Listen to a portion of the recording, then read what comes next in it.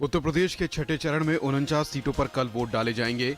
इस चरण में प्रचार का काम कल खत्म हो गया है। पूर्वांचल के जिन जिलों में वोट डाले जाएंगे उसमें मऊ, महाराजगंज, कुशीनगर, गोरखपुर, देवरिया, आजमगढ़ और बलिया शामिल है। छठे चरण में 1.72 करोड़ मतदाता अपने मताधिकार का प्रयोग करेंगे।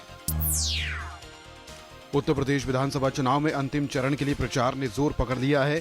प्रधानमंत्री नरेंद्र मोदी आज मिर्जापुर में विजय शंखनाद रैली को संबोधित करेंगे। मिर्जापुर में अंतिम चरण में 8 मार्च को मतदान होगा।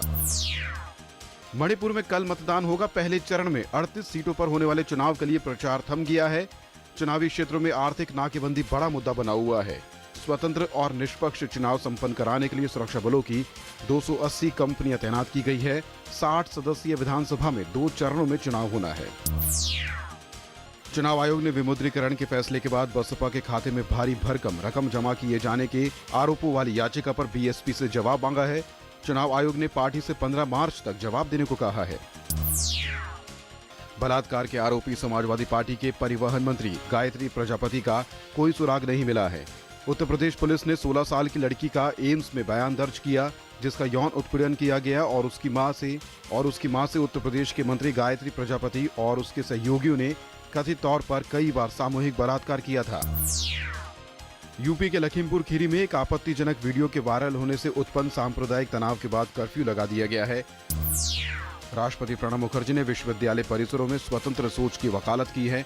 उन्होंने कहा कि अशांति की संस्कृति के प्रचार प्रसार की बजाय छात्रों और शिक्षकों के बीच तर्क संगत विचार विमर्श और बहस होनी चाहिए। प्रधानमंत्री नरेंद्र मोदी ने वीडियो कॉन्फ्रेंसिंग के जरिए ऋषिकेश में अंतर्राष्ट्रीय योग महोत्सव को संबोधित किया। पीएम मोदी ने कहा कि तनाव और जीवन शैली आधारित परेशानियों से लड़ने में योग मदद करता है। राष्ट्रपति प्रणब मुखर्जी ने इंटरसेप्टर मिसाइल के सफल परीक्षण के लिए डीआरडीओ को बधाई दी है।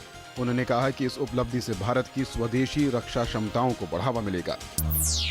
केरल के कोझिकोड के नदापुरम में कल देर रात आरएसएस के दफ्तर के बाहर बम धमाका हुआ। हमले में 4 आरएसएस के कार्यकर्ता घायल हो गए। बताया जा रहा है कि ये हमला 2 बाइक सवारों ने किया। सुप्रीम कोर्ट द्वारा नियुक्त एसआईटी की टीम ने अब तक देश में लगभग 70,000 करोड़ रुपयों के काले धन का पता लगाया है। एसआईटी के उपाध्यक्ष न्यायमूर्ति अरिजीत पसायस ने कहा है कि अप्रैल के पहले सप्ताह में काले धन की जांच से संबंध समिति उच्चतम न्यायालय को छठी रिपोर्ट पेश करेगी। केंद्र ने अकादमिक सत्र 2017-18 के लिए देश भर के मेडिकल कॉलेजों और अस्पतालों में स्नातकोत्तर की 4000 सीटों को मंजूरी दी है। केंद्रीय स्वास्थ्य मंत्री जेपी नड्डा ने इसे अब तक की रिकॉर्ड संख्या बताते हुए कहा कि इसके साथ ही देश में कुल पीजी सीटों की संख्या 35,117 हो जाएगी। काठमांडू में नेपाल निवेश शिखर सम्मेलन में जेटली ने कहा कि भारत सरकार ने विदेशी निवेश संवर्धक बोर्ड को भंग करने का फैसला किया है और अब 90% निवेश भारत में स्वतः आता है।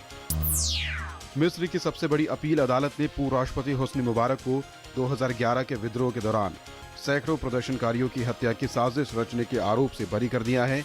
मुबारक को 2012 में दोषी ठहराए जाने के बाद उम्र कैद की सजा सुनाई गई थी, लेकिन इस केस की 2 बार फिर से सुनवाई हुई।